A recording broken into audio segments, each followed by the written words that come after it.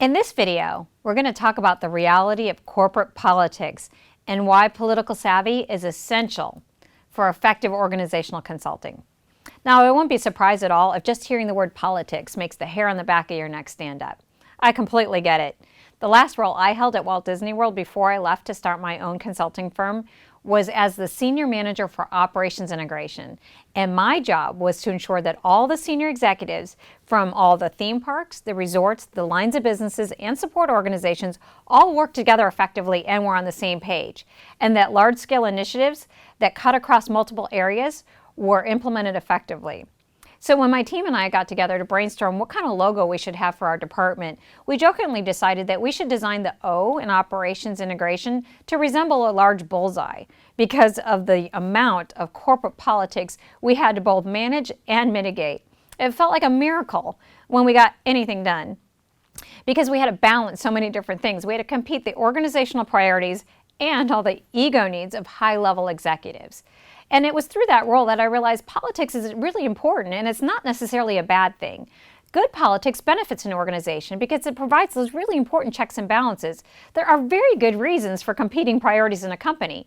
The slow deliberation of finance balances the urgency of sales. And the in-depth consideration of the people impacts championed by our HR balances the urgency of the now in operations. Politics gets a bad rap when leaders operate out of self-interest versus what's in the best interest of others. And then those ego issues raise their ugly heads, such as who has more power and competition for resources and unhealthy conflicts all start becoming more apparent.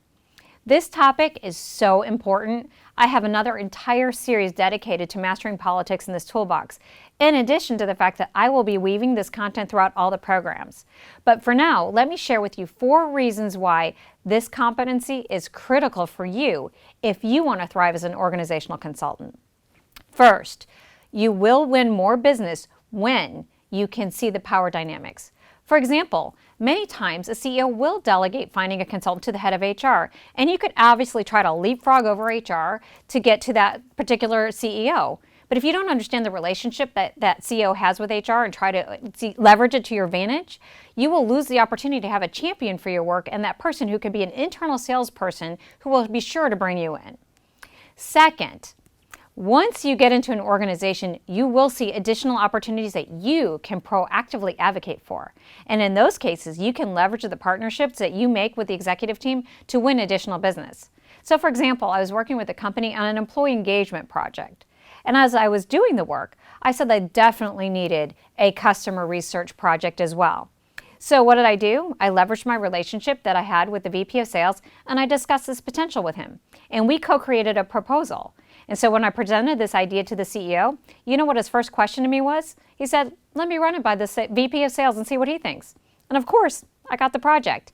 And it added an extra $75K because of my ability to strategically leverage my relationship for honestly what was in the best interest of the company. Third, I have no idea, literally, how to deliver effective organizational improvement solutions without a consideration of the politics and effective stakeholder management.